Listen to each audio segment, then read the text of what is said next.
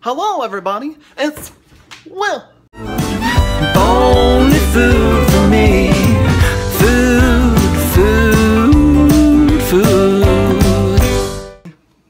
First things first, preheat your oven to 425 degrees, okay? I put a half a stick of butter in my pan, my saucepan here. I cut it up into smaller chunks so that it would melt easier. I want to kind of get it melted using my spurtle.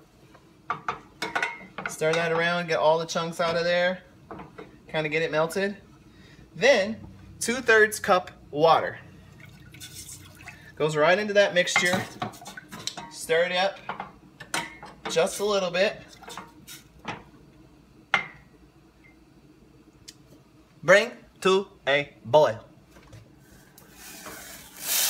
Okay, it's boiling.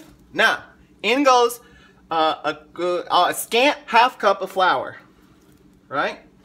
Mix it up real good. This is basically making a roux, R-O-U-X. Oh, don't get the mixture all over you. What you want to do is get all the flour incorporated into the butter mixture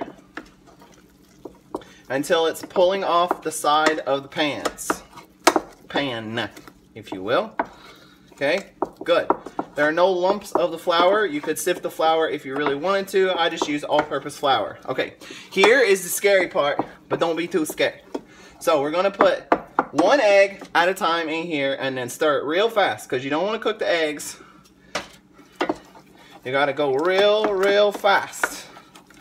And it looks like a lumpy mess, but let me tell you, it comes together in the end. It makes a nice pastry. You can smell the egg and the butter start to be together. Okay. All right. Make sure you get it all off the side of your pan. That's got one end. Okay. Then put your other egg in and quickly, oh, be swift my soul to answer him. Oh, make sure that you don't get that all over the countertop. Remember, I get my messiness and my good looks in the morning from my mother. All right, so we're starting this all in. It doesn't look like it's gonna come together, but let me tell you, it comes together in just a second. Every piece, it will be one big dough. There we go. Starting to come together. There you go. Okay. So, recommendation that I have, the reason why you have to have everything prepped is because if the dough gets chilled, it won't puff as good in the oven. Okay, great. So we got us a good dough here. It's hot, but that's okay. We like things to be hot, especially me. All right. So now put this into your piping bag. I've made a little well here. I've got a little spatula. Just gonna put this mixture in here. Now it is hot. Goes like this. And on my parchment paper, I'm just gonna make a dollop about like that, about the size of a walnut. The actual nut, not the green husk on the outside. Okay. I'm gonna do the rest of these and I'll show you what it looks like.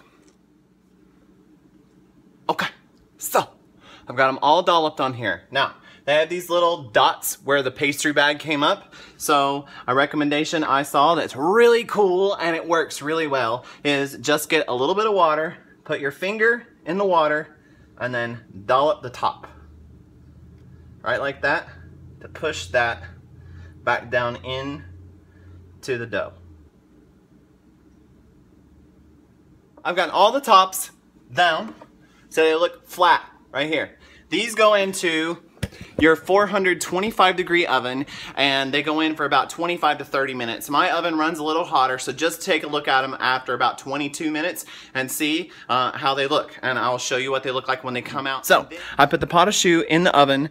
I preheated the oven to 425, and then you're supposed to turn the temperature down to 400 degrees and then cook from 25 to 30 minutes. Now, I'm from Tennessee. I didn't read the directions exactly perfectly, so I left the temperature to 425 for probably the first 10 minutes, and I'm just reviewing everything. So I turned it down to 400, and I think they will still turn out okay, but we'll see. Oh, look, see how they're puffing up like that? All the water that was in the butter is creating steam, and it makes it puff up. So the inside of them will actually be a little bit hollow. It's really cool. So the next step is this. I will show you. All right. Say hello to my little friend. So I've left the other pan in the oven, but what you got to do now, so that they don't get soggy, is poke a hole in the side. Woo!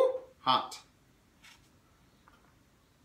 So that all the steam can puff out. Okay, so the next step, or filling these, is the best part. What I've done is fitted a piping bag with a needle that goes into the pastry. If you don't have the needle per se, you can just have any kind of regular tip. This part you really kind of do have to have a piping bag because you can't get it in there otherwise. Anyhow, the whipped cream. Here we go. I've got a cup of heavy whipping cream, and while I was letting these cool down, what I did was I put my stainless steel bowl and the whisk attachment both in the freezer for about, I'm gonna say 20 minutes or so, at least, so that it's really cold, and then everything has been in the refrigerator until just now. And we're gonna start to stir here. So we want to get this to soft peaks. Then I have about 2 1/4 tablespoons of granulated sugar I'm going to throw in here. And then, even though we're going to flavor this with lemon curd, we still need to give it a little bit of a savory flavor. So this is a 1/2 teaspoon of vanilla. Put that in here, get that kind of going, and then now we turn it all the way up until we whip a lot of air in it. It takes about a minute or so. I like to keep my marble as clean as possible. A lot of people say I've lost my marbles, but whatever. Now, you hold this up, you got some stiff peaks. Now is when we put in the curd.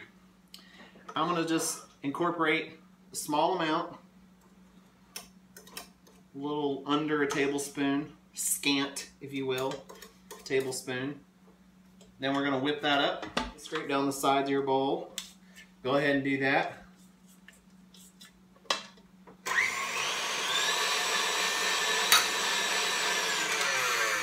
All right, now,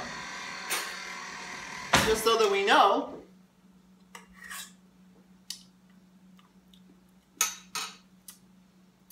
milky, lemony, sugary. I'm going to put just a little bit more in here to give it some more tart flavor. It's time for the pipe. Call me the Pied Piper. See, look how beautiful that is. Just a nice... Make sure it's all incorporated there. Great. Okay. Into my piping bag I go. Got this into my piping bag. Squirt a little out just so that it gets started. Then these things are real crunchy, but they've got a slit in them already. So if you can, go as close to the little slit as possible. Squeeze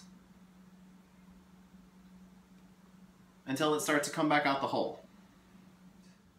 As you go, if you want to test one, it's okay. Delicious.